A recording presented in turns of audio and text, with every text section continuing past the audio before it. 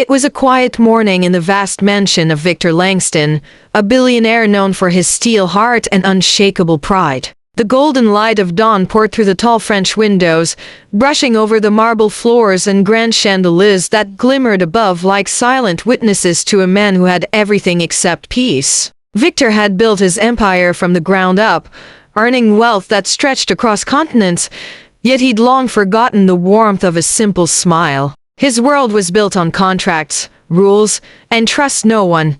But on that morning, as he lay on the couch pretending to be asleep, his purpose was not business. It was a test, one designed to expose the truth about a girl too quiet for his liking. Her name was Clara, the new maid, shy, soft-spoken, and almost invisible within the mansion's busy rhythm. She had something about her that unsettled him. Maybe it was her silence. Maybe it was how she looked at his paralyzed mother with quiet compassion. Or maybe it was how she never once looked him directly in the eye, if you believe in kindness, second chances, and the power of unseen goodness. Please take a moment to like, comment, share, and subscribe to Goldmine Stories, because today's story will remind you that sometimes the smallest hearts carry the greatest strength. That day had started like any other. The air smelled faintly of lilies from the vases the maids arranged every morning, and the clock chimed 8. As Clara entered the drawing room, she moved with care, almost afraid to make a sound.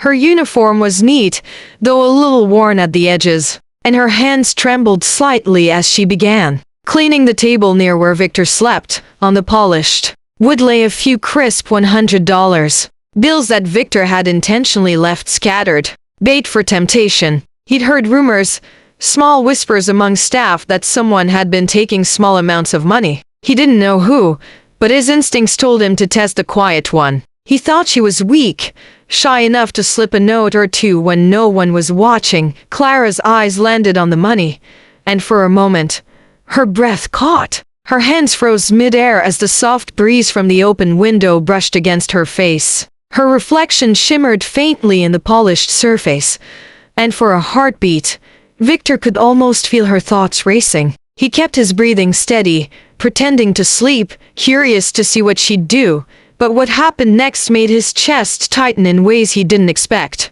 Clara slowly gathered the bills, not to pocket them, but to straighten them carefully and place them neatly in the center of the table. Then she did something that shattered the cold walls of Victor's heart. She pulled out a small, crumpled envelope from her apron pocket. It was sealed, old, and worn around the edges. She hesitated before placing it beside the money. Her hand lingered over it, trembling slightly before she whispered under her breath words too soft for Victor to catch.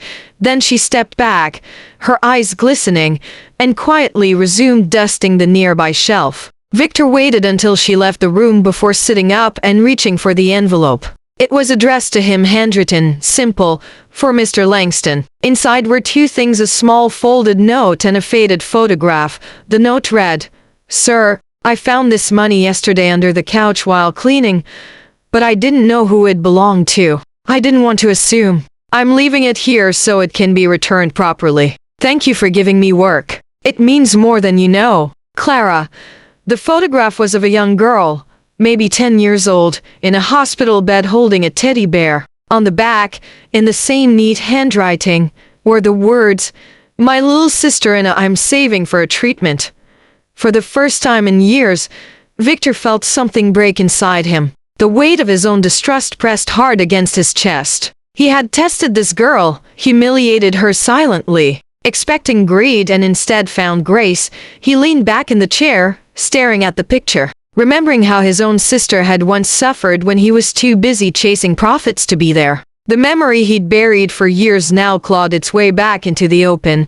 Over the next few days, Victor watched Clara quietly. She always arrived early, left late, and worked with a devotion that wasn't for show. She'd often stop by his mother's room, adjusting her blanket or reading softly from an old book. His mother, once expressionless and detached, had begun smiling again because of that girl's gentle presence, and still, Clara never once mentioned her sister or her struggle. She simply worked, grateful for the little she had. One evening, when the rain poured outside and thunder rolled through the hills, Victor found himself pacing the halls, unable to sleep. He stopped outside the kitchen and saw Clara sitting alone at the table, eating a piece of bread with tea. The way she looked at the lightning, half frightened, half awed, reminded him of the days he'd watched storms as a child, back when life was simpler. Something about her purity made him realize how lost he'd become.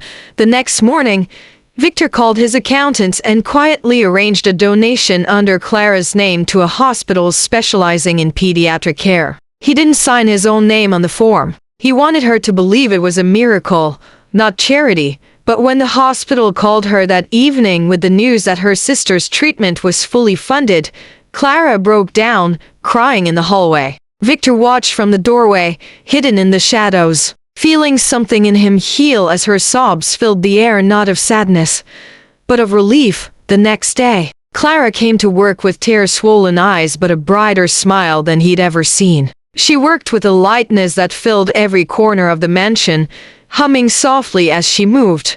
Victor couldn't help it. He had to tell her the truth. When he finally did, when he confessed that it was him, that he had pretended to sleep to test her honesty, and had been the one to pay for her sister's care, Clara didn't say a word. She simply looked at him, her eyes shining with tears, and whispered a quiet thank you that carried more sincerity than any words of praise he'd ever heard in his boardrooms. In that moment, Victor realized that kindness wasn't weakness. It was the strength to stay pure in a world that rewarded greed. He learned that trust could be born not from power, but from humility. From that day on, the mansion changed. The flowers seemed brighter. His mother laughed again, and the air carried a warmth that had long been missing. Clara stayed on not as a maid, but as a part of something bigger, an unspoken reminder of humanity's quiet power.